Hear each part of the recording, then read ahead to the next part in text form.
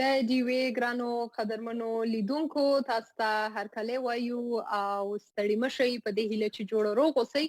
نن د جون 20 نیټه ده او د کډوالو نړیواله ورځ لمانځل کیږي. د ډیوې لخوا ستاسو لپاره ځانګړې خپرونه تیاره شوې ده چې تاسو ته به وړاندې کوو او ستاسو په دې خپرونه کې کوربانه یو. زه منزه شهید او زه نصرالله.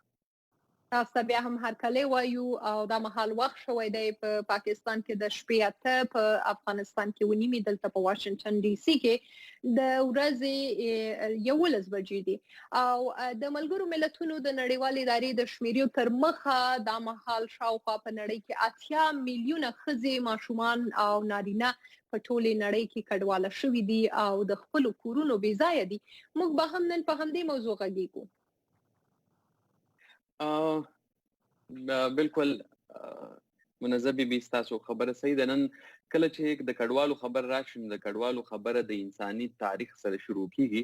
د هغه تاریخ نه کومه راواخلو چې څومره په درست راځي او چې بیا کله د هوادونو جوړ شو نیشن سټیټس چې ورته وي نو په دې کې هم دا شوي دي. خلک زیاتره د جنگ جګړو د وجنه د ترهګرۍ د وجنه د خپل ځان بچ کول لپاره د امن ځای ته ځي چې ځان بچ کی خپل هر څه پریدي که خپل کور وي که خپل بچي وي که د یو کور 15 خلک وي رونه خويندې وي ترونه ماماګان وي نو هغه هر سړی په دغه ټایم کې لکه د زلزلې په شانته په یو منډه باندې وي چې د کور نه بهر وځي چې صرف ځان بچ کی دا کور پیراونه لويږي نو دغه شانته د خلک خپل هواد هم پریدي خپل سیمې پریدي او تاسو دا خبره چې د ملګرو ملتونو چې کوم شمیرې دی او چې 80 میلیونه لکه 8 کروڑه خلک 8 کروڑه انسانان د کډوال شوي دي د خپل کورونو هغه هجرت کړي دي د خپل سیمې پریخي دي او په نورو ځګونو کې نوي ملکونو ته نوي هوادونو ته او نوي سیمو ته تللی دي او خپل ژوند تیروي. دغه ژوند تیرول یوازې داسې نه چې صرف کډه راواغست او الته ورسید په دې کې د کم ټایم نه چې دا کډوال کیږي او دا څنګه ژوند چې دی وسکي په دې کې ډېر سخت دي. د اول نه تر واخله کدا د تک سخت وی کدي سره د ټریفیک او د سمګلینګ سخت راشي ک په دی باندې د وجنې سخت راشي کدا ولګي سخت راشي او کله تعلیمونو د پات کېدو راشي نو دا ټول سخت دي. په دې پروګرام کې به موږ هم په دې باندې خبرې کوو.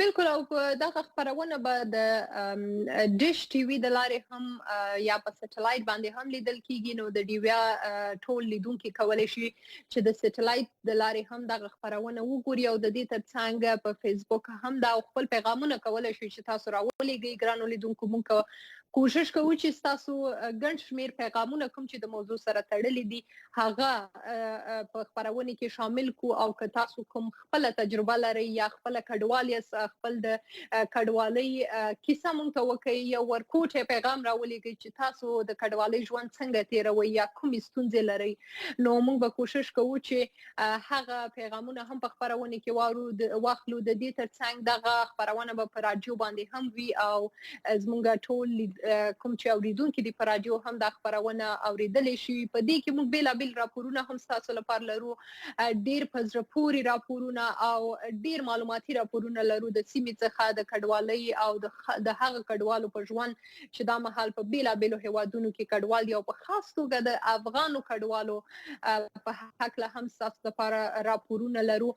نصرالله څنګه چې تاسو ذکر وکړئ کله چې یو انسان کډوال کیږي او خپل د کور څخه په وتلو باندې مجبور کیږي خپل کور پرې خودلو باندې مجبور کیږي هغه د ډیرو سختو شرایطو سره مخامخ کیږي که هغه اقتصادي ستونزې وي که هغه د تعلیم ستونزې وي او که هغه حتی تر دې وي چې هغه د خپل ژوند بچ کولو لپاره زی خو لبد مرغه داسې ډیر وختونه راغلي دي چې هغه خپل ژوند د لاس ورکړي دي په همغه لار کې لکه د بیلګې په توګه کوم وګورو د افغان کډوالو ژوند ته چې کوم چې د ترکیه لارې یا د نورو اروپایي لارې زی د اوبو د لارې غواړي چې خپل ځان نورو هیوادونو ته وباسي نو زیاتره نه په اوبو کې هم غرق شوي دي ډوب شوي دي مړه شوي دي د وړو ماشومان سره خپل ژوند یې د لاس ورکړي او وروستۍ پیښه چې ډیر احتجاجونه په وشول نصرالله تاسو به هم یاد ای چې ایران ته چې کوم کډوال راتلله هغوی کې شپږ څلوېښت داسې افغان کډوال وه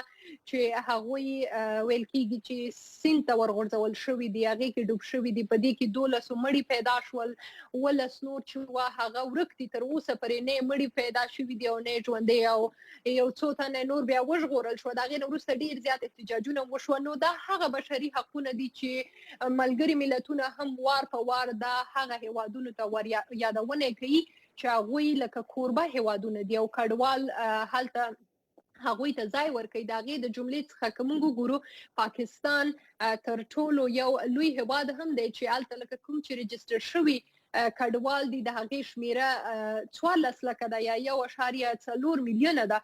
خو د پاکستان حکومت وایي چې هلته د دې نه سوا نور هم په میلیونونو افغانان دي چې لا راجستر شوي نه دي چې کډوال دي په کیمپونو کې. نو په همدې موضوع باندې به غږیږو، خو ډېر خوندور او ښه راپورونه هم لرو د افغان کډوالو په ژوند. نصرالله که وګورو موږ مخکې د اقتصاد خبره وکړه، نو هلته کومو هیوادونو چې افغانان ځي هغوی کډوال کېږي، نو هغوی اقتصادي ستونزې هم لري. ځینې ځان ته کاروبارونه جوړوي خو ځینې بیا نه توانېږي چې ښه کار یا ښه وظیفه ځان ته وموندي. نو یو ډېره ښایسته کیسه لرو د عبدالخلیل د ژوند چې هغه د افغانستان د مزار شریف څخه لاړو او یوازې 15 کلن ماشوم و چې هغه کډوال شو، بیا 40 کاله یې په چارسده کې تیر کړل او چارسده کې د قالین سازي یا د قالین اوبدونکي کار کوه او د قالینونو کاروبار یې درلودو. خو دوی اوس هم ډېرې سختې اقتصادي ستونزې لري، وایي چې دغه کاروبار هم کم شوی دی. د مدثر شاه یو ډېر ښکلی راپور یې تیار کړی دی ستاسو لپاره. نو که دغه تیار وي نصرالله، که ستاسو خوښه وي دغه به لیدونکو ته وړاندې کړو که څنګه؟ بالکل ضروري ده جی. د افغانستان مزار شریف سره تړاو لرونکي عبدالخلیل 15 کلن ماشوم چې 40 کاله وړاندې په 400 روډ د خزانې خورالۍ مجبوره شو او دلته د قالین سازۍ هنر زده کو او هم دغه په ذریعه به ژوند تیرولو. خو اوس نوموړی ډیوه ته وایي د تیرو 15 کالو راهیسې د قالین کار کم شوی دی. مخکې خو اوس بس 15 کاله تقریبا کېږي دا قالین کار لږ خراب شوی دی. اوس بیا ژوند لږ سخت روان دی، سخت دی. مخکې لږ خو بس ټول کور والا کار کوي، قالین کار کوي، ماشومان هم کار کوي، خپل هم کار کوو. بس وایي وړاندې مې د کور کرایه او د برېښنا بیل په وخت ورکولو، خو اوس د بېروزګارۍ له امله برېښنا رانه قطع کړې شوې ده او د کور مالک هم وایي که کرایه دې را نه کړه نو کور راته خالي کا. عبدالخلیل وایي د کور ټول لویو ماشومانو به په یو قالین تر 3 میاشتو پورې په ګډه کار کولو او بیا د هغې نه پس په دومره ګټه ترلاسه شوه چې ژوند به په ارام تېرېدو ځکه چې دارونه ترلاسه کېدې. خو دا بل د افغانستان د فریاب اوسیدونکي عبیدالله چې 13 کاله اګاهو هم دغه خراسان کیمپ ته په کډه راغلی دی وایي مخکې به د صحت څانګه کې پوره مرسته کېدې، خو اوس چې زما کورنۍ کې څوک ناجوړه شي نو مجبوره یم چې شخصي کلینیک نه استفاده وکړم. مخکې چې کېدو هغه څیزونه خو نشته دي، هر چاته معلوم دي. او مخکې چې صحت باره کې دوایان راتلو یا بل شي راتلو، اوس هغه شیزونه نه اسپتالونه کې شته دي نه بل ځای کې شته دي. دا حالت سبا دغه مشکلات دي. او وایي اکثره وختونو کې د ډاکټرانو د فیسونو ورکولو توان نه لرم نو د کورني علاج نه ګټه پورته کوم. د غرض د کیمپ کډوال د تعلیم څانګه کې هم ګیلمن دي او عبدالخلیل وایي دلته تر 15 ټولګي پورې سکول شته، خو د وړاندې تعلیم خرچه برداشت کول زموږ د وس نه بهر ده. کورونه نشته، بس دلته دیني سبق وایو د جماعتونو کې داسې مثال هسې اوس کول ته خاص داسې فیس نشي ورکولو. هغه 4,000 15,000 فیسونه غواړي، هغې نه لږ پاتې وو. وایي یا خو ماشومان مدرسو کې داخل کو یا یې په کار روزګار ولګو او صرف هغه کډوال د 15 ټولګي نه مخکې تعلیم اخیستی شي د کومو چې اقتصاد قوي وي، خو داسې کډوال دلته ډېر کم دي. او د عبیدالله نه مو چې پوښتنه وکړه هر کله چې دلته ژوند دومره سخت نو دی افغانستان ته ولې واپس نه ستنېږي، نو هغه وایي خو مونږ خپل وطن کې دومره بلدیت نشته دی که نه، ولې که مونږ ورکوټوالي کې راغلي یو تقریبا 15 اوس مونږ څه پته دی هغه ژوند څنګه دی، دلته ژوند څنګه. مونږ دلته اموخته شوي، دلته غټ شوي، بیا دا مونږ دا کار دا دی او وايي باور نه کوم چې افغانستان کې به د دې ځای نه ژوند په آرام وي خو زیاتۍ کې هلته ماته د کور او زما ماشومانو ته د مناسب روزګار او تعلیم بندوبست وکړی شو نو واپس په لاړ شو د همکار هاشم علي سره مدثر شاه وایس اف امریکا ډیوا پیښور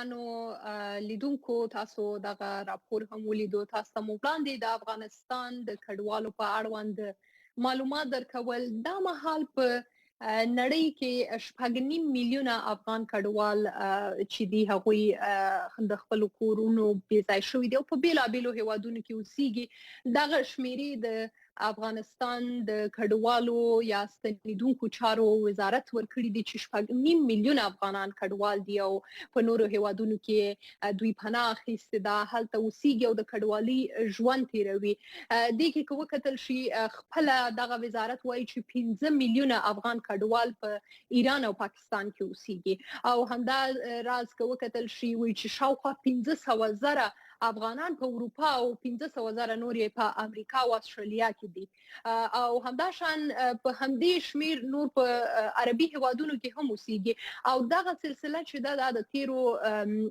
4 لسیزو راهیسې او تقریبا چې اوس 15 لسیزو ته رسیږي دغه سلسله دوام لري او دغه افغانان ټول کډوال دي دوی د بیلابیلو ستونزو سره مخ دي د اقتصادي ستونزو د تعلیمي ستونزو همداراز کله چې یو تن کډوال کیږي هغه د نورو تشدد ښکار کیږي هم په نورو هیوادونو کې زیاتره وخت دوی سره نور زور زیاتی هم کیږي په ځینې هیوادونو کې جنسي تشدد نه نیولې دوی روغتیایي ستونزې هم لري دومره د دوی اقتصاد ضعیف وي چې دوی نشي کولای چې خپل هغه روغتیایي حالت ته دوی پام وکړي یا دوی لاړ شي مصرف وکړي دومره ورسره توان هم نه وي نو په افغانستان کې کوم چې ډیر خلک کډوال شوي هغه د جنگ او جګړو او همداراز د ولګي لامله دغه په سلګونو زر افغانان کډوال شوي دي او زیاتره یې په پاکستان کې هم د مهال ژوند تیروي چې نصرالله ګمان کوم دوی د مونږ یو راپور د تعلیم په حق له هم لرو چې دوی کم تعلیمي ستونزې لري دوی په خپل ژوند کې او دا مهال خپل ماشومان ته د تعلیم کومې اسانتیاوي دوی لري په نورو هیوادونو کې او په خاص توګه بیا په پاکستان کې زموږ په سیمه کې واقعي داسې منزه بیبي خبر دا و چې کله مونږ تعلیم خبر رااله مونږ په 2002 او 2003 کې چې کله مونږ په خبر تلاړو هاستل ته تعلیم د لپاره خپل کلی کې مخکې بیا تعلیم نه کېدلو نو الته زمونږ د شخصي هاستلو چې 4-5 کمرې پکې دغه مخې ته به یو سړی اوسېدو دغه سړی نو سورګل هغه سورګل چې بیا زمونږ وخت تیر شو ورسره نو هغه مونږ ته پته ولګی چې د افغانستان او هغه پښتو نه ویله او هغه په فارسی دری ویله هغه چې مونږ بیا کله لکه خوراک بوله چا ورکاو چا بسیز ورکاو هغه سړی د شکل نه د صورت نه خبر برابر سپینه ټوپه په سر کړي و کدا چې چا به ولید نو هغه به د جرګو د مارکو سړی د مخ کې بکینو خو هغه روس تاریخ خپل چې کله به مونږ هغه نه فارسی کې ته پوښتنه کول مونږ نه پوهیدلو نو هغه بیا ځات تر د ټکه حمایت کړو ویل چې شوروي اتحاد او د وطن ما کلان خربوزه داري نو هغه سړی بیا داسې وخت راغی چې هغه ذهني تور باندې بیا خراب شو نو هغه به چې کله بیا په خپل هوش کې راغی نو به دا خبره کوله ویل زما مور وا زما پلار او زما رونه وکنه د دې بالته کاروبار او د شانتي به بچي ولکه د ویر سکول کې څه کوله او د کالجونو بیا یو 2 کال وروسته هغه په سړک کې یا په روډ باندې هغه یونیورسيټي مخې ته تو او گاڑی و مړ شو بیا هغه زموږ د استل والا د شان خلک راغون شو هغه مونږ خخ دغه شانتي ژوندونه خاوري شي د کډوالو هغه چې څنګه تعلیم خبره کوله دغه شان چې خلک کډوال شي د ماشوموالي نو زیاتره خلک چې کم دي 34 میلیون یا 30 میلیون خلک چې هغه 3.5 کروڑ جوړوي دا ماشومان دي چې یتیمانان دي او دا بیا نور کډوال شي نور هیوادونو ته دي په دې په اړه باندې زموږ سره یو راپورټ هم شته چې خلک د نور هیوادونو ته لاړ شي هغه کډوال شي هغه بیا تعلیم کوي هغه ته څه ستونزې وي او هغه د هغې تعلیم هغه معیار باندې پوره وي او که نه وي. نو زموږ د همکار ارشد مومن صاحب یو رپورټ تیار کړی دی که خوښه مې دې رپورټ ته به لاړ شو. بالکل. شګوفته افغان کډواله ده. د پېښور په خراسان کیمپ کې اوسېږي. د 5 ماشومانو ورونو پالنه کې د پلار سره د مرستې لپاره خوراکي شیان خرڅوي. شګوفته وایي د مزدورۍ او د کور کار ترڅنګ په سکول کې زده کړې هم کوي او غواړي چې د سکول استاده او یا ډاکټره جوړه شي. زه مدرسې نه راشم بیا اوبه راوړم بیا دا اش خرڅ کوم بیا مدرسې نه شم بیا خشاک ولله خشاک راوړم بیا کور کې بیا کار کوم زه دا څنګه جار. او سکول ته بیا څنګه چلی؟ سکول کې غرمه کې څه کوئ؟ لیکي کله 10 کو کله 40 شي نه پراوړو سودا را شي نه پراوړو زما فلار کا واړو کار کوي. د ملګرو ملتونو د کډوالو ادارې یونیسیار د کال 2018 شمیرو تر مخه په پاکستان کې په 14 لاکو رجسټرډ افغان کډوالو کې 38% ماشومان دي. د دوی عمرونه د 15 کالو نه تر 18 کالو پورې دي. په دې کې 15 لکه ماشومان سکول ته د تلو په عمر کې دي خو فقط 22% د یونیسیار په جوړو سکولونو کې تعلیم ترلاسه کوي او د نه علاوه یو شمیر پاکستانی سکولونو کې هم دي. د یونیسیار تر مخه پاکستان کې د کډوالو په 50 کیمپونو کې زیاتره سکولونه تر پرایمري پورې دي. د بهیر خان په شان ډېر کم ځوانان پکې په لویو ښارونو کې تر 12 جماعت پورې زده کړې وکړي خو د هغې پس خپله تعلیمي لړۍ جاري نشي ساتلی او مهنت مزدوري شروع کړي. دلته بس دا 12 صنفي دی او دې نه بره بیا پوهنتونونه دي او هغه دلته نشته دی. خو د افغانستان دا سکالرشپ راځي خو دا هغه چاته میلاویږي چې پاسپورټ یې ورسره وي. دا خواهشات چې یا به ډاکټر جوړ شو یا به استاد جوړ شو بس بیا چې 12 خلاص کو بیا تعلیم څه دغه هم نه و او بس کباړو کار ته راووتو. په کډوالو کې غربت او تعلیم نه محرومۍ مور او پلار د خپلو بچو د راتلونکي په اړه اندېښمن کړي دي. حضرت حسین د خراسان کیمپ مشر دی او وایي که داسې بې تعلیمه ځوانان یې بیرته خپل هیواد ته ستانه شي نو ژوند به یې ترې ډېر اغېزمن وي. اول دا چې دلته په نږدې کې په کیمپ کې همدغسې سکولونه نشته چې شپږم نه خلاص شي او دوی هغه سکول ته لاړ شي او نور تعلیم وکړي. ښار ته تګ زموږ د وسه نه دی. د دې ماشومانو کرایي زموږ د وسو نه دي. د دوی پیسونه زموږ د وسو نه دي. نو په همدې خاطر موږ خپل ژوند او خپل آینده په تاریکۍ کې یو ځکه چې اولادونه هم ټول بې تعلیمه پاتې شو. په پاکستان کې افغان کډوال د تیرو 4 لسیزو راهیسې د بېکورۍ ژوند تیروي. تر نیمۍ زیات کډوال په پاکستان کې زیږېدلي دي خو کډوال وایي د غربت او د تعلیم مواقع نشوالي له وجې د تعلیم میدان کې وروسته پاتې دي. ارشد مومن، وایس اف امریکا، ډیوا، پېښور.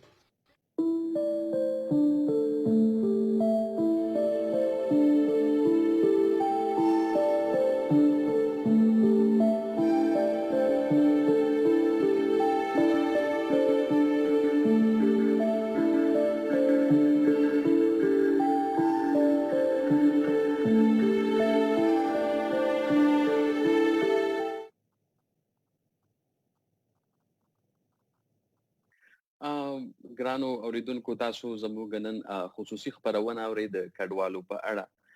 کډوال چې کله ملګري ملتونه جوړ شول او ملګري ملتونو په 1951 کې دا معاهده وکړه په دې خبره باندې جوړ شول. بیا په 1958 کې د دې توثیق وشو چې کم خلک کډوال شي نو دا مطلب داسې نه شو چې هغه ختم شو، نه د دې به بیا څه حق وي، حقونه به دا وي چې دا به ته په هغې باندې احسان نه کوې، دا به هغې ته ورکې. دا چې کوم هیواد ته لاړ شي نو هغه هیواد نه به دا ویستلی کېږي، نه هغه هیواد کې به دې ته پناه ورکړل کېږي. د دې چې څو پورې څه ظلم زیاتی نه وي کړی او څه جرم یې نه وي کړی نو دا به په هغه هیواد کې وي. دویمه خبره دا وي چې دې ته به په هغه هیواد کې د ګرځېدو حق وي، دې ته به د شناخت حق وي، بیا به دې ته د تعلیم حق وي په هغه کوم هیواد کې یا په کومه سیمه کوم علاقه کې چې دې اوسېږي. دې ته به د عدالت د تګ حق وي چې دې عدالت ته تللی شي. دې ته به د کاروبار حق وي چې دې خپل کاروبار جوړولی شي، کاروبار کولی شي. دې ته به د استوګنې حق وي، دې ته به د خپل کور جوړولو، د بېوزګۍ کې د رهایش کولو او ښه په لکه په درناوي سره د اوسېدو حق وي. دا چې بیا څومره وخت تېرېږي نو د هغې سره به دې دا حقوق نور هم سیوا کېږي. نو دغه شان دی که منزه بیبي تاسو وګورئ نو دا کوم خلک چې اوس کوم ظلم زیاتی وشو په کوم ملکونو کې د کډوالو سره هغه یوازې که د هر کډوال سره شوی وي نو دا د دې غندنه لکه یو ان کوي ملګری ملتونه کوي ځکه چې په دې باندې د هر ملک چې کوم دی هغه په دې دستخط کړی دی چې او دا قانون به مونږ منو او د دې کم حقوقونه چې تاسو ورکړي دي د دې به مونږه پاسداري کوو دا لکه دې به مونږه سرغړونه نه کوو. او بیا دا هم د نصرالله چې د کډوالو لپاره چې کوم د ملګرو ملتونو اداره ده هغه په هر هیواد کې کوشش کوي چې کله چې کډوال وي هغوی سره مرسته وکړي یعنی مالی مرسته هم کیږي د هغه هیوادونو سره خاص یو بودیجه لري د کډوالو لپاره چې هغه ورکول کیږي او هغوی په وروستیو کې هم ډیر اندېښنې ښودلې دي ځکه چې تیر کال کې یوازې 10 میلیونه خلک کډوال شوي دي کومه چې ډیره زیاته شمیره ده لکه 8 میلیونه خلک دا مهال په نړۍ کې کډوال دي د هغې څخه 10 میلیونه یوازې تیر کال کډوال شوي د دې مطلب دا دی چې یعنی د کډوالۍ دغه پروسه نور هم زیاته شوې ده او دغه شمیرې هم زیاتې شوي دي. بل کومه وروستۍ پیښه چې په ایران کې ترسره شوې ده هغې باندې اوس هم لکه څېړنې روانې دي پلټنې روانې دي چې دا پیښه څنګه ترسره شوې څنګه رامنځته شوې که څه هم ایران دغه خبر غلط بللی خو په هغه کسان چې په سیند ته ورغورځول شوي یا ډوب شوي دي هغې کې 12 مړي پیدا شوي و 12 لا نور هم ورک دي چې هغوی ډوب شوي دي او تر اوسه پرې معلوم نه دي په دې باندې هم ملګرو ملتونو سخت اندېښنه ښودلې وه خو په هغې باندې اوس هم پلټنې روانې دي او که موږ وګورو دا مهال کوم چې د ملګرو ملتونو ادارې شمیرې ښیي هغه وایي چې د نړۍ په سلو کې 88 تنه یوازې د شام څخه ونزویلا څخه افغانستان څخه جنوبي سودان څخه او برما هیوادونو څخه کډه شوي دي یعنی په دې کې افغانستان ډیر د ګوتو په شمیر هیوادونه دي چې هغوی کې کډوال ډیر دي او په هغې کې افغانستان یو هیواد دی چې یعنی ډیر کډوال لري دا مهال په دې کې څنګه چې وړاندې هم وویله په پاکستان کې تقریبا ویل کېږي چې د افغانستان د کډوالو چارو وزارت هم دغه شمیرې یاد کړې دي چې 15 میلیونه تقریبا په پاکستان او ایران کې دي نو په پاکستان کې ډیر کلونه کېږي 4 لسیزې کېږي 15 لسیزې کېږي چې هلته افغانان کلي او کډوال دي اوسه پرې خپل کاروبارونه کوي همداسې یو کس دی چې په کوټه کې اوسېږي 6 کلن دی اوس او هغه ډیر کلونه خپل ژوند ټول ژوند په پاکستان کې د کډوالۍ ژوند تیر کړی دی زموږ خبريال حفیظ الله شیرانی ورسره خبرې هم کړې دي دغه سره مرکه کړې ده دغه د ژوند دغه کیسه راغونډه کړې ده چې هغه کوم ستونزې لیدلې اوس څنګه په کوم شرایطو سره په پاکستان په کوټه کې ژوند کوي نو دغه خبرې به هم واورو لیدونکو ته به هم وړاندې کوو بیا به راشو دغه بحث ته به دوام ورکړو او د لیدونکو ځینې پیغامونه به هم ولولو. د کوټې په نوا کلي کادر آباد کې یو له یو داسې سپین ږیري سره یو چې هغه افغان کډوال دی او شاوخوا 15 درس کاله وړاندې له افغانستان څخه کوټې ته راغلی دی را مهاجر شوی دی. ای صاحب وایس اف امریکا ډیوه ته د وخت راکولو ډېره مننه ستا نوم څه دی؟ نوم ظاهر دی. ظاهر دی. عمر دې څو کاله دی صاحب؟ یاره د 15 کاله 15 کاله کې 15 کاله عمر دی. د افغانستان د کومې سیمې یاست؟ د فاریاب سره. هلته مو کلی کوم کلی دی؟ کلی مرشغال نومېده هغه ځای هغه وخت. ښه تاسې څنګه راغلي واسه چې راتلې پر څه شي رالاست؟ پر دغه خره باندې راغلم ساده مخه یې نه هاس و نه وشو پر خره راغلم د کور کډه مو پر خره راغلی؟ ښځې کوچنیان ټول پر خره. ته په پښو ورسره؟ زه په پښو تر دغه ځایه له فاریابه تر کوټې پورې کوچنیان او زنانې پر خرو ته په پښو ورسره راغلې؟ ولې رالاست؟ مجبوره وم. جنګ و؟ وطن کې جنګ و. بدامني وه. ښه دلته چې رالاسته بیا دې دا 10 کاله 15 کاله تا دلته څه ژوند کاوه څه خواري دي؟ خواري په د مارکیټ کې وم د خلک مزدوري مې کوله. د لاس مزدوري دي؟ د لاس مزدوري وم. ښه نو اوس دلته د کډوالۍ ژوند کې د خاورو په کور کې؟ و کډواله د مځکه د بل چا دي موږ کوټې جوړ کړي دي داسې خاوره په میاشت 1000 روپۍ موږ څخه کرایه غواړي. دا کرایه حکومت ته ورکوئ یا د چا چې مځکه ده؟ و د دغه مځکې والا ته ورکوو. ښه ستا بچیان څو بچیان لري؟ یو بچی لري. زوی دې دی؟ هو. هغه څه کار کوي؟ هغه لیړې لري د سبزي. د سبزي ریړی. نو دلته ژوند څومره اسان دی څومره ګران دی؟ چیش لرئ د ژوند؟ هیڅ شی نه لري. هیڅ شی نه لري. نه وبه لرو. وبه مو په دا څه به وایي دا ډبیان ته زه دغه نلکې څخه راوړو کور ته خپل ګزاره. نور خوراک څښاک؟ یا نه نور.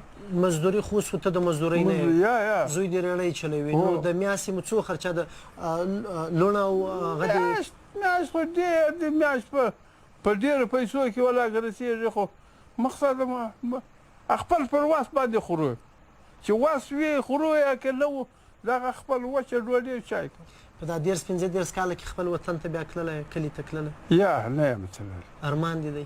و ډېر ارمان دی. څه ارمانونه دي؟ ارمان مې دغه د وطن دی نو زموږ وطن دی نو چې په واسه وي کراري وي باچهي وي وطن کرار وي جنګونه نه وي. وطن د هر چا وطن ښه خوند کوي. از ما بعض دغه نور کوچنیان چې دلته پیدا شوي دي بیا شوقي یې نشته. زه په خپله شوقي یم د وطن. د هغوی خو نه لیدلی دی نه؟ یا دوی نه دي لیدلي. دوی په قصه کې نه دي وایي نه ځو بیخي. نو خو دلته هم مشکل خو دی بیا به څنګه کوو؟ مشکل دی که اسرات دی که عذاب دی خو تېرېږي شپه ورځ تېرېږي. څه دعا کوې له خدای څه غواړې؟ له خدای امان غواړم. ستاسې به ډېر خپلوان مړه سوي وي دلته هم ښخ کړي دي که مو وطن ته؟ د په سوو هر څه چې دلته مو ښخ کړي. دلته مو هدیرې جوړې کړي دي؟ و داسې هدیرې دا قومان دي ټولو داسې هدیرې دي په لوکو په خلک زموږ د نور خلک دلته پټ دي. ستاسې په سلګونه خلک دلته دي؟ سپین ډېر پلار وروره کوچنیان لوی ټولو دلته پټ دي. د افغانستان له حکومت څخه له ولسمشر ډاکټر اشرف غني څخه څه غوښتنه کوئ که د هغوی یو څه په وس وسي ستاسې لومړۍ غوښتنه به څه چې په وسه وي چې موږ وغواړي چې موږ ولاړ شي مځکه راکړي زندګي راکړي کراري وي صاحبه چې یو نوکی په پښو ودرېږي مهاجر کنې نه څه وکړو چې ولاړ. ډېره مننه بابک ډیوه ته د وخت راکولو. دا یو بابک نه دی په بلوچستان کې دلته د افغان کډوالو 12 کمپونه دي. د رجسټرډ او نان رجسټرډ یا غیر رجسټرډ د ټولو افغان کډوالو شمیره شاوخوا 11 لکه ده. د هر افغان کډوال ژوند هم د دې بابا په څیر دی. یو دوه ماشومان یا زامنان یې سبزي لا هم نور غریبي کوي ریړۍ چلوي او یا په ښار په کوڅو کې ټپال ټولوي. د هر افغان کډوال همدغه یو ارمان او خواهش دی چې په خپل وطن کې امن راسي کراري راسي او د افغان حکومت لخوا دوی بیرته وغوښتل سي او هلته پر خپلو سیمو وطنونو باندې بیرته آباد کړل سي. حفیظ الله ستوری شیراني VOA ډیوه کوټه.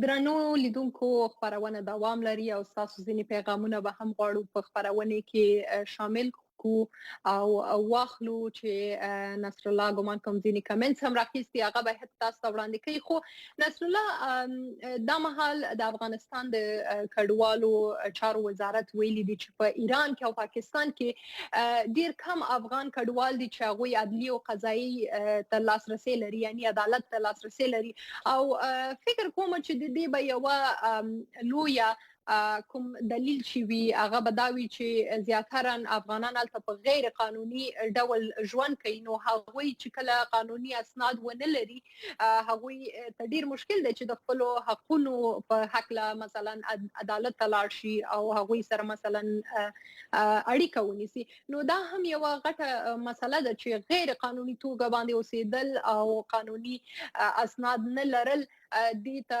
مجبوريږي چې افغانان لکه د خپل حقونو څخه تیر شي یا د ځینو ستونزو سره مخامخ شي. خو داسې ډېری افغانان هم دي چې هغوی مثلا قانوني اسناد هم اخیستي دي او هلته چې ژوند کوي زیاتره نو تعلیمونه هم کړي دي تر ډېره حده په خاص توګه په پاکستان کې مثلا ماستریان هم کړي دي. یو مثال د مسکا صافی چې موږ کیسه هم لرو د ژوند چې غواړو هغه د خپل لیدونکو سره شریک کوو. موږ سره د اوس هغه کیسه به ورته وړاندې کوو چې هغه څه کاره ده، مسکا اوس څه کوي، څنګه ژوند کوي، خپل لوړې زده کړې څنګه ترسره کړې په پاکستان کې.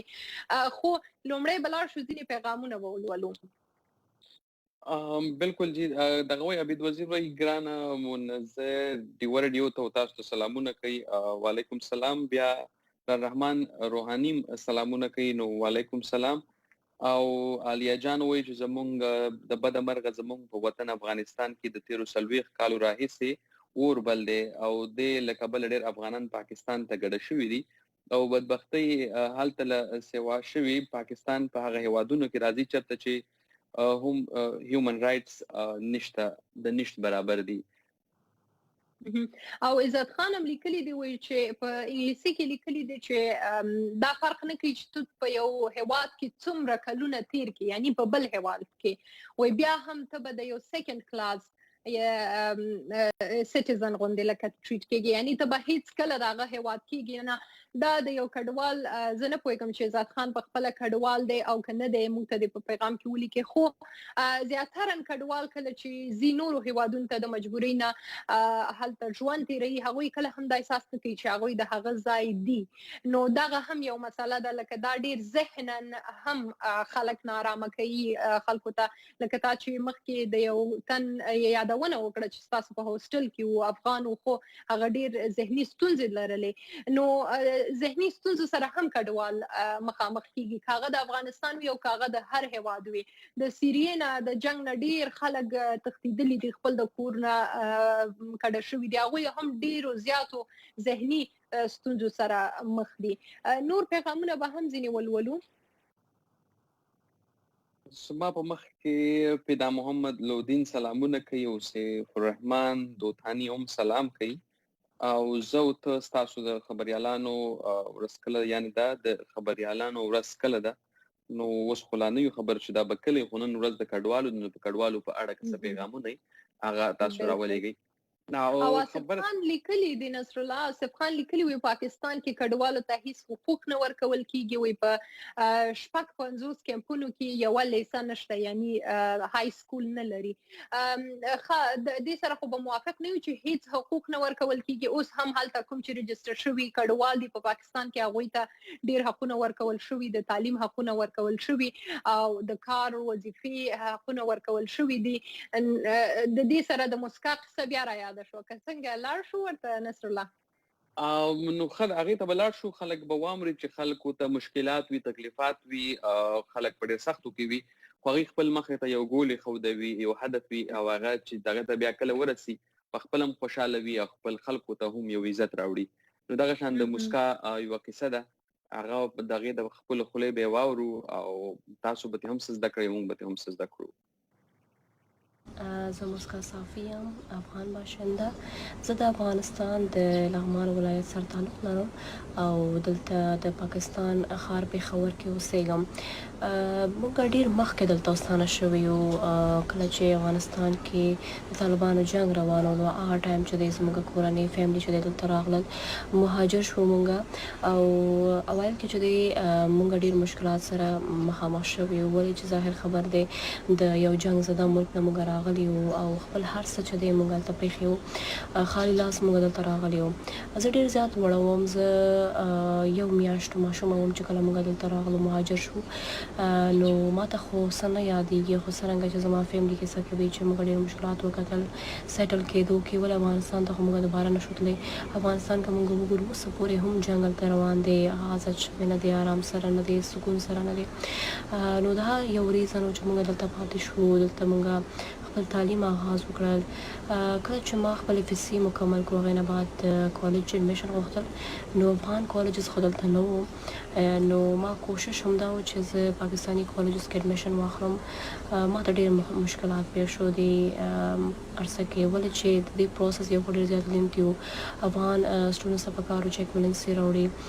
خیر هغو دپاره پوره یو دغه طریقې کار و کوم چې ما دپاره لږ شان ګران و او همدا یو ریزن و چې د دې په وجه ما خپل 2 کال ویسټ وکړل.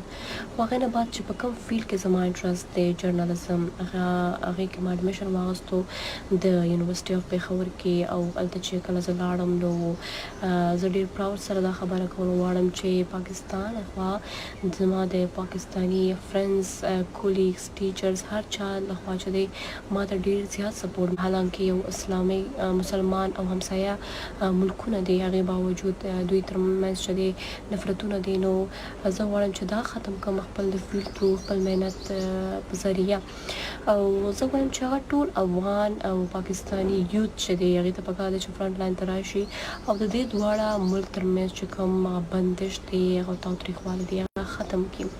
مونږ بینګ ا ریفیوجي بینګ یو مهاجر چې دلته زه اوسېږم نو واضح خبره زه کول غواړم چې سهولت سره اوسېږم ډېر په عزت سره اوسېږم. زه یقین لرم چې په نورو ملکونو کې دومره افغانان آزاد نه دي چې څومره پاکستان کې آزاد دي خپل ژوند تېروي دکان لري ژوند لري کور لري نو دا موږ دپاره ډېر غټ خبره دی.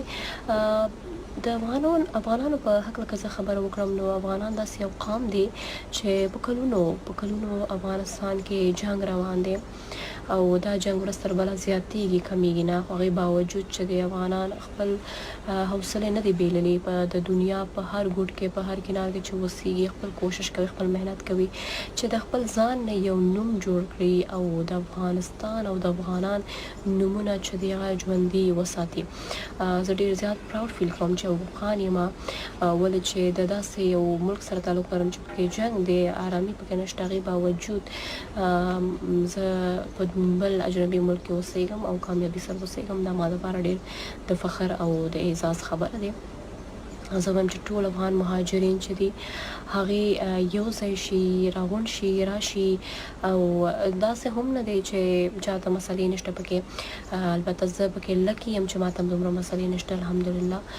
داسې افغانان دي چې ورته پرابلمز ډېر زیات دي سپیشلي نارینه هغې ازادانه بهر نشي ګرځېدلی هغې ته پکار دی چې کارډونه ځان سره وساتي. کارډ باوجود هم چې د اکثرا افغانان چې د ډېر زیات ستونزو سره مخامخ کېږي پاسپورټ ورسره نشته د پاسپورټ او ویزا حواله سره که زه ووایم چې دا ډېر زیاته غټه مسله موږ ته پېښ شوې وه. بارډر ډېر لویه مسله د موږ افغانانو دپاره دلته نو که دا مسله ختم شي اوس خو د کوم پینډمیک کووډ-19 مسله راغله د هغې په وجه دا بندیزونه راغلي دي خو هغې نه مخکې چې دی دغه بارډر مسله ډېر لوی و چې افغانان په ازادۍ سره خپل ملک نشي تللی. ډېر مسلې افغانانو ته د بیمارۍ مسلې و ایجوکیشن غم خادي هر څه هغې باوجود چې د افغانانو ته دا مسله که دا مسله حل شي نو موږ لپاره دا ډېر زیات د اعزاز خبره دی.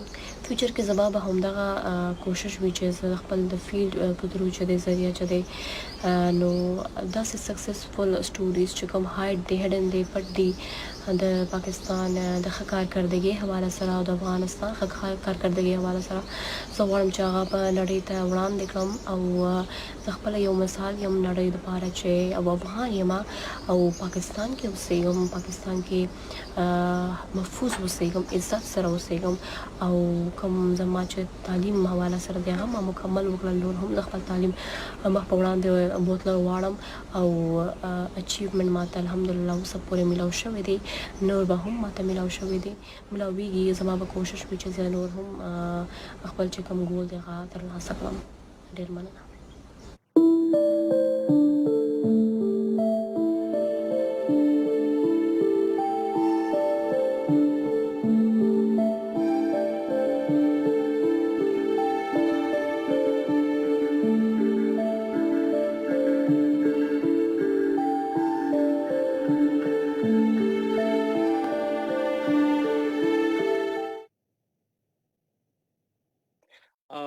منزه بیبي بیا په خیر او اورېدونکو کتونکو څوک چې مونږ اوري څوک ګوري په فیسبوک باندې که زموږ په ټي وي باندې که په ریډیو باندې اوري او بیا ته هرکلی وایو زموږ نننۍ موضوع چې کومه ده هغه د کډوالو په اړه ده. د ملګري ملتونو شمیرې ښایي چې 80 میلیونه خلک کډوال شوي دي.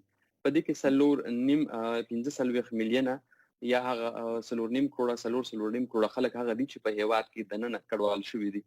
مونږه په یونیورسيټي کالج کې کله چې وو او د سوات او د باجوړ او د وزیرستان د کله د خلک را ماتېدل نو مونږ په هغه ټایم کې لاړلو او د هغو خلکو د مرسته لپاره چې ولنټیرلی لکه بغیر د سپیسو ورسره مرسته کوله او هغه کیمپونو ته ورسېدلو. زموږ یو ملګری او هغه خنداجان غونته او هغه یو بل ملګری یو زوړ کټ پروت او هغه کټ را گزار کو داسې لکه لته ول ورکړم مړ ویل په دې کټ باندې ودی سکه چې لکه دا دی اوس په شاکړه دی راوړې ده. نو په دې کې دنه چې هغه دغه راوتله لکه مطلب یو سړی راوته یو صابې راوته نو هغه به خفه وانته شو. بیا هغه سړی ویل دغه ورته ویل لکه دا زمونږ د خاني کټو دا پرونه پورې به زما پلار په دې کې ناستو چې کله مازیګر راغی مونږ ورته بالغ کې خو دغه بګې خونن ول تعالی ته ورکړله ځکه چې استاد خو دې پتن لګي چې دې کټ څومره قدر د زما او زما د مور او زما د فیملی په ځړ کې دغه شانتي د دې هر سیس قدر وي د دې عزت وي د هر سیس د په مینا غسته شوی وي لکه څنګه چې مرغۍ جاله جوړه کی او دغه شانتي هغه بیا ختمول خپل د ماشوموالي نواله هغه مینا اگر سپری خودل بیا خار تراتل بیا دغه شانتي په خیمو کې او ژوند تیرول دا ډیره ګرانه خبره وي. بالکل نصرالله ګوره د کور کلی سره د هر انسان یو جدا مینه وي یادونه وي خاطرې وي او هر چا هغه د چا خبره خپل په کور کلی کې ډیر عزت وي ډیر نومي وي هر یو بل سره ډیر په عزت او په دغه باندې مختزي خو کله چې بیا انسان کډوال شي د ډیرو نورو خلکو سره یو ځای شي چې کېدې شي هلته هغه څوک ونه پیژني. همداسې قصه اوس ګورئ په کور دننه د بېځایه شوو کډوالو کیسه د شمالي وزیرستان د خلکو ده چې د پاکستاني پوځ لخوا چې کله د زرباز په عملیات پیل شوله نو د هغې نه اوس 6 کاله پوره شوي دي خو ځایي خلک اوس هم شکایتونه لري هغوی خپلو سیمو ته نه دي تللي ځکه چې سیمو کې اوس هم امن نشته. کډوالو په کیمپونو کې ژوند کوي او وزیرستان لا هم هغسې ویجاړ پروت دی او اوس هم هلته لکه داسې ډېر لکه توندلارې ډلې شته چې هلته هغوی فعالیتونه کوي. نو اوس مسله دا ده چې هغوی کې مثلا ډیر خلک خپل د شمالي وزیرستان څخه ووتله د خپل سیمو نه ووتله ډیر ګڼ شمېر خلک په باکخیل کیمپ کې دي او همداراز که موږ وګورو څومره ډیر خلک خوست ته لاړه د افغانستان ځینې ولایتونو ته لاړل کډوال شوله حالانکه افغانستان خپل په داسې یو حالت کې نه دی چې هغوی کډوال هلته څوک لاړ شي کډوال شي ځکه هلته هم امن نشته خو دوی په خپل سیمو دومره ناامني ولیدله چې هلته لاړله د مجبورۍ څخه کډوال شو. په خوست کې دا مهال کډوال دي. په همدې اړه یو راپور هم لرو عدنان بیټنی را لېږلی دی د ډیوې خبریال او د شمالي وزیرستان په کډوالو او د هغوی په ژوند باندې دی. نو راځئ دغه معلومات به سره په ګډه وګورو وابه ورو بیا به راځو ستاسو سره به دغه موضوع مخ په وړاندې بوځو ستاسو کمنټونه به هم لولو. د قدرتي آفتونو په وخت د انتظام اداره پی ډی ام وايي د مهال د قبایلي ضلعونو د ناامنۍ پر خلاف ترسره شوي پوځي عملیاتو په نتیجه کې نږدې 14,000 نه زیات رجسټرډ کورنۍ دي چې له خپلو کورونو څخه لرې وریا د کډوالۍ ژوند تېروي او دوی سره د نړیوالو په ملاتړ مرستې هم کېږي. د دوی په خبره په دې شمیرو کې هغه بې کوره کورنۍ نه دي شاملې چې یا یې نوملیکنه ده شوې او یا د پولې پورې غاړې افغانستان ته اوښتې دي. افغانستان ته کډه شوي کورنیو کره شمیره نه ده معلومه خو سیمه ییز خلک وایي د بې کوره شوي کورنیو شمیره د رجسټرډ کورنۍ څخه په څو ګونه زیاته ده. دغه کورنۍ کرایه په کورونو او خیمو کې ژوند په تیرولو مجبوره دي. په بنو کې د شمالي وزیرستان نه بې کوره شوی یو کډوال ملک نور خان د تخیل وایي په دې کډوالۍ کې نږدې 6 کاله پوره شوي کرایه په کور کې میشته دي او مرستې هم ورسره نه کېږي. هغه وایي کډوالۍ ستوغ پوخ کړی او بیرته خپلو سیمو ته ارزومند دي. د پی ډي ام په خبره په تیر شوي وختونو کې په لکاو شمېره بې کوره کورنۍ بیرته په خپلو سیمو کې بیا په ځای کړي او یوازې د شمالي وزیرستان نږدې 15,000 او د خیبر قبایلي ضلعې 1,000 نه زیاتې کورنۍ بې کوره دي او دا به هم په سیمه کې امنیت په ځای کېدو وروسته خپلو سیمو ته ستانه کړي. د پی ډي ام ویان احسان داوړ په دې اړوند وایي زمونږ کوشش دا دی چې څومره هم خلک پاتې دي چې زر نظر دوی خپلو کورونو ته واستوي خو چې کوم د واپسۍ عمل دی په دې کې صرف زمونږ اداره نه ده بلکې سکیورټي ادارې هم وي او چې څو پورې د دوی نه مونږ ته گرین سیګنل نه وي ملاو شوی، علاقه نه وي کلیر شوی، د ژوند د تیرولو جوګه نه وي علاقه، هغه پورې مونږ د خلک نشو لګل. د شمالي وزیرستان د صوبایي پارلمان منتخب شوی غړی میر کلم وزیر اوویل تر عملیات وروسته حکومتي چارواکي د امنیت په ځای کېدو دعوی لري، خو زیاتوي دا پوښتنه راپورته کیږي چې هغه کوم قوتونه دي چې د کډوالو په واپسۍ کې لوی خنډ دي.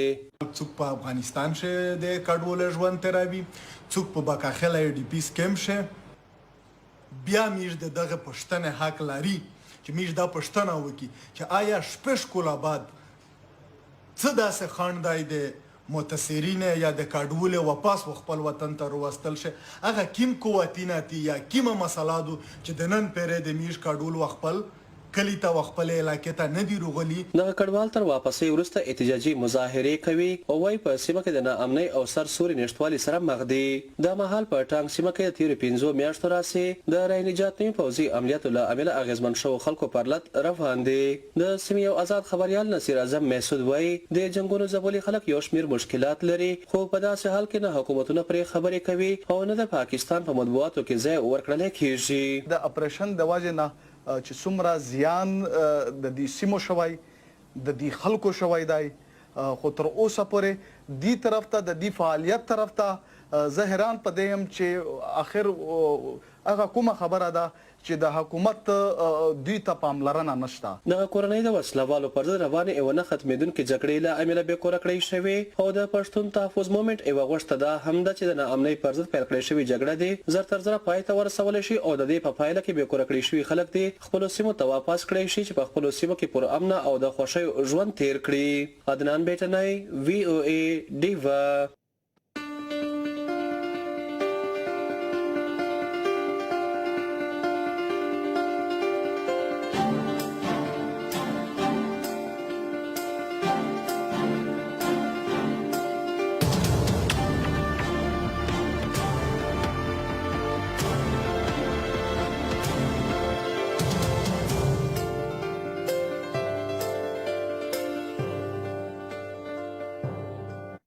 ګرانو لیدونکو د کډوالو نړیواله ورځ ده او دغه ځانګړې خپرونه تاسو ته وړاندې کوو. بلال سودایي یو ښکلی پیغام را لیږلی دی، لیکلي دي چې سلامونه منزه شهید او نصرالله خان. وایي زه بلال سودایي یم د میاوالې څخه افغان کډوال کیمپ کې ژوند کوم او هلته د اغیزې څخه تاسو ته پیغام در کوم. وایي زما عمر 15 کاله دی او زما پیدایش په میاوالي کې شوی دی او زه په خپل معذور یم او د افغان معذورینو لپاره د ټولنې مشر یم.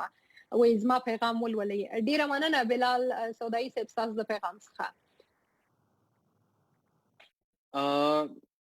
پیغامونه خو ډیر روان دي دغه کې په دې پروګرام کې شامل به هم وروسته، خو کله چې انسان کډوال کیږي یوازې دا نه چې په افغانستان کې یا پاکستان کې د نن دا په هر ځای کې کډوال کیږي، نو د دې ستونزې د هغه ټایم نه شروع کیږي او دا مخکې ځي. هغه ستونزې اقتصادي یا مالي یا تعلیمي نه دي، د دې سره دا ذهني هم وي چې په هغې باندې بل سره نه پوهیږي. دغه شان په کالیفورنیا کې یو غیر دولتي اداره ده، هغه وایي چې کله څوک هجرت وکړي او دا لاړ شي، د دې د ژوند د دې د ذهن د دې د ټینشن د دې فشار د دې د سټرس د ډیپریشن د کوم حل چې د دې د ژوند په قصه کې پروت دی. دغه شانتي په دې اړه باندې زموږ همکار راشد فراز خټک صاحب یو راپورټ تیار کړی دی، هغه تل دی او الته د هغه خلکو سره خبرې کړې دي چې د خلکو دغه څه قسم د خلکو درملنه کوي، د خلکو د ژوند قصه په کومه طریقه باندې کوي او د خلکو امداد په کومه طریقه باندې کوي. نو که خوښه مې ته بغوږ کیدو. د ماهرینو مطابق د نفسیاتي ناروغو علاج د خلکو د ژوند په کیسه کې پروت وي. د کالیفورنیا په سان فرانسیسکو بی ایریا کې د سټوري سنټر په نوم یو نان پروفټ اداره د کډوالو او مهاجرو ښځو تراپي یا علاج د هغې د خولې د هغې کیسه کولو لارې کوي.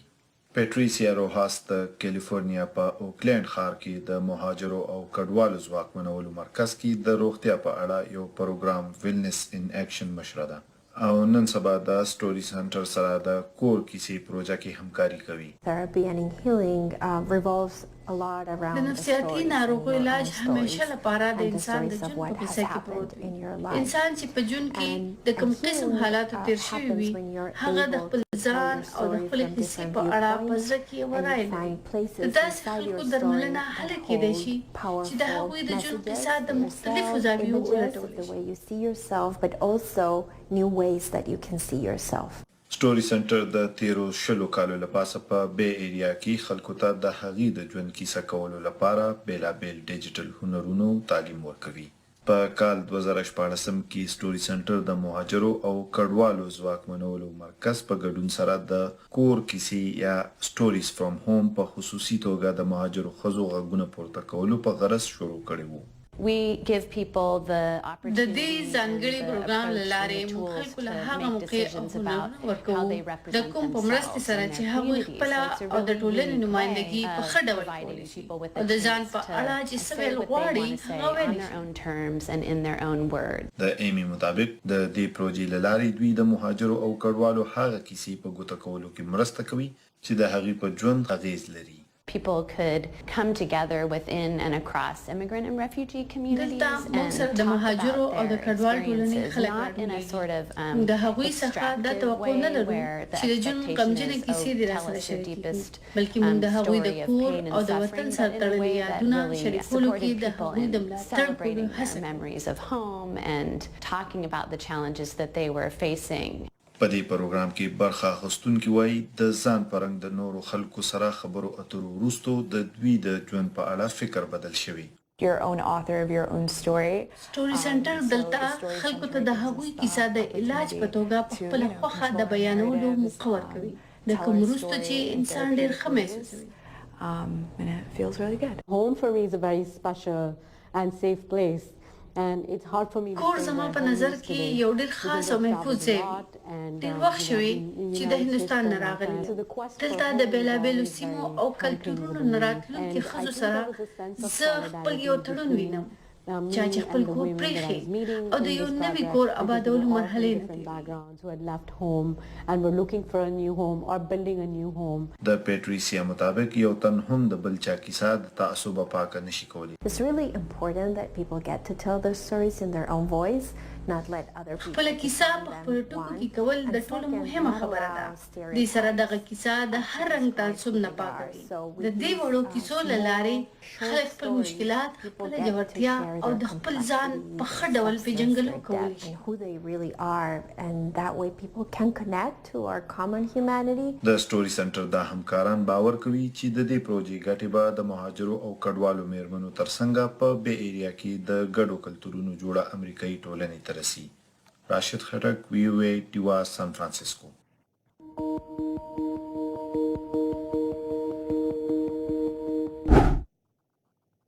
د ډیوی قدرمنو لیدونکو تاسو دغه راپور واورید. امریکا هم یو د هغه هیوادونو څخه دی چې ډیر زیات کډوال پکې ژوند کوي. یو د کډوالو مرکز دی. دومره دلته ډیر کډوال دي د بیلابیلو هیوادونو څخه کډوال دلته ژوند کوي. په دې اړوند هم یو راپور لرو، تاسو ته به وړاندې کوو. خو د خلیل رحمان یو پیغام لولم چې لیکلي دي: خلیل نیازی یم د ښکلي خوست نه، او په خوست کې د کډوالو ډیر احترام کیږي، چا هم ورته ونه ویل تر اوسه چې مهاجر یاست. او همداراز یو بل ډیر ښکلی پیغام و سید فاروق شاه سیدي لیکلي دي چې سلامونه کوم، شمالي وزیرستان خلک په خوست کې ډیر تنګ شوي دي او بیرته د مرسته ورسره وشي. ډیره زیاته مننه. څنګه چې تاسو هم یادونه وکړله چې امریکا هم د کډوالو یو مرکز دی، دلته ډیر کډوال ژوند کوي. راځئ چې په امریکا کې د کډوالو د ژوند حال وګورو. تاسو ته فضل الله وړاندې کوي.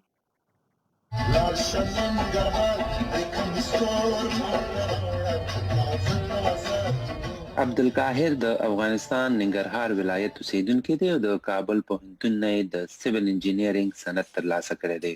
نوموړی له تیرو 3 کالو راهیسې په نیویارک کې د ودانیو په محکمه کې کار کوي او هغه لومړی پښتون دی چې په دې څوکۍ ګمارل شوی دی. د یو کډوال په حیث هغه وایي چې کله په لومړي ځل دلته راغلو نو د ستونزو سره مخ وو، خو اوس ورته یو دایمي کار ترلاسه شوی دی. دغه زما د زحمتونو نتیجه ده او زه هر افغان پښتون ته چې د هر دنیا د هر ملک نه راځي امریکا متحده ایالاتو ته، زه هغوی ته په واضح توګه ویلی شم چې هېڅکله د نه امیده کېږي، خپل کوشش د جاري وساتي. انشاءالله چې هغوی هم خپل منزل ته رسیږي. منزل خو وګد وي خو هغه ابتدایي شکل باندې لکه زما چې خواهش وو چې زه باید یو مسلکي وظیفه ولرم په خپل فیلډ کې او بیا سټي سره کار وکړم نو زه ماشاءالله هغه ته رسېدلی یم انشاءالله هر انسان او هر افغان او هر پښتون د توان لري چې دغه منزل ته ځان ورسوي. عبدالقاهر وایي په وطن کې حالات سم نه دي او هلته د اوسېدو په مهال ورته څو ځله ډړکې هم ورکړې شوي دي ځکه چې هغه هلته هم د بهر ملکي ادارې سره کار کوي ورته د مرګ خطر وه ځکه یې اسناد راټول کړل او بیا امریکایي دولت ورته د راتللو او د کار موقع ورکړه. په امریکا کې هغه مطمئن دی چې ورسره د کوم بل هیواد د تن سلوک نه کیږي بلکې هغه ته هم هغه حقونه ترلاسه دي کوم چې یو امریکایي وګړي ته ورکول کیږي. په هغه چوکۍ ټیسټ امتحان لپاره زم ناستم او په هغه چوکۍ امریکایان زما په خوا کې ناسته او نور خلک چې امریکای ته راغلي زما په شان میګرن لکه د عربي هیوادونو نه افریقایي هیوادونو نه یورپین هیوادونو نه موږ ټول په یو خونه کې په یو لیول او د یو ټیسټ لپاره ناستو یعنې دا ما هېڅکله فیل نه کړه چې دلته څه ډفرنس شته دی صرف ډفرنس دا دی چې ستا د نالج مطابق ستا د پوهې مطابق هغه څوک چې ډېر زحمت وباسي زده کړې ښه وي معلومات یې ډېر وي تیار وي ورته هغه ښه چانس ترلاسه کوي.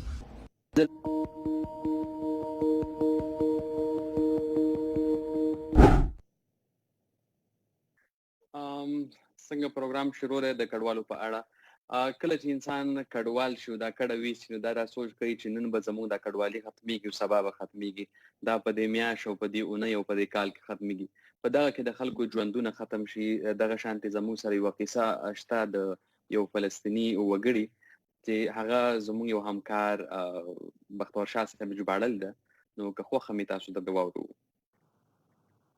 دا فلسطینی سړی سلیمان ابو ناموس دی وای د 100 کالو نه زیات عمر دی یو شمېر تاریخي واقعیات یې له مخې تیر شوي دي لکه سلطنت عثمانیه د برطانیې واکمني د کال 1948 د عربي هیوادونو ترمنځ جنگ او بیا د اسرائیل نوې ریاست. ابو ناموس د کال 1948 په جګړه کې د خپل کلی نه بې کوره شوی او د هغه وخت راهیسې د پناهګزینو په کیمپونو کې ژوند کوي. وای اسمي اسلیمان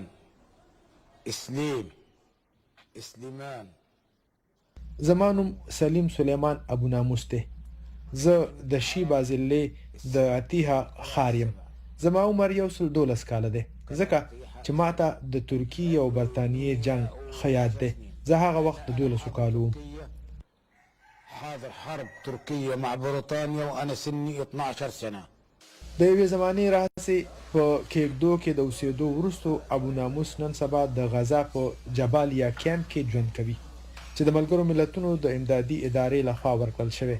وای دا کور د خیمو نه ښه دی خو بیا هم د خپل کور مینه پې نه ماتېږي. انت هالحين لما تيجي مثلا تستاجري داري دلته تاسو ته داسې نه ښکاري چې ګنې تاسو په یو کور کې اوسېږئ داسې ښکاري چې تاسو د څه وخت لپاره دلته ایسار یئ او ژر به د دې ځای نه رخصتېږئ. لکه د نورو پناهګزینو په څېر ابو ناموس هم د خپلو بنیادي ضرورتونو پوره کولو دپاره د ملګرو ملتونو امداد ته سترګې دي خو دغه امداد هم د کال 2013 د سپتمبر راهیسې په کمېدو دی ځکه چې امریکا ورسره مرستې په دې خبره تړلې دي چې په دغه اداره کې لوی غبن کېده خو ابو ناموس د امداد د کمی په اړه داسې وایي مضيق بدها تفجر بدها تعمل كل شيء زه ډېر په قهر یم ځکه چې دغه ادارې زمونږ خوراکي امداد بند کړو اوس به زه او زما کورنۍ څنګه ژوند کوو په امدادي شفاخانه کې زما دارو هم نشته او ډاکټران ما ته وایي چې د بهر فارمیسۍ نه ځان له واخله خو ما سره پیسې نشته چې ځان له واخلم.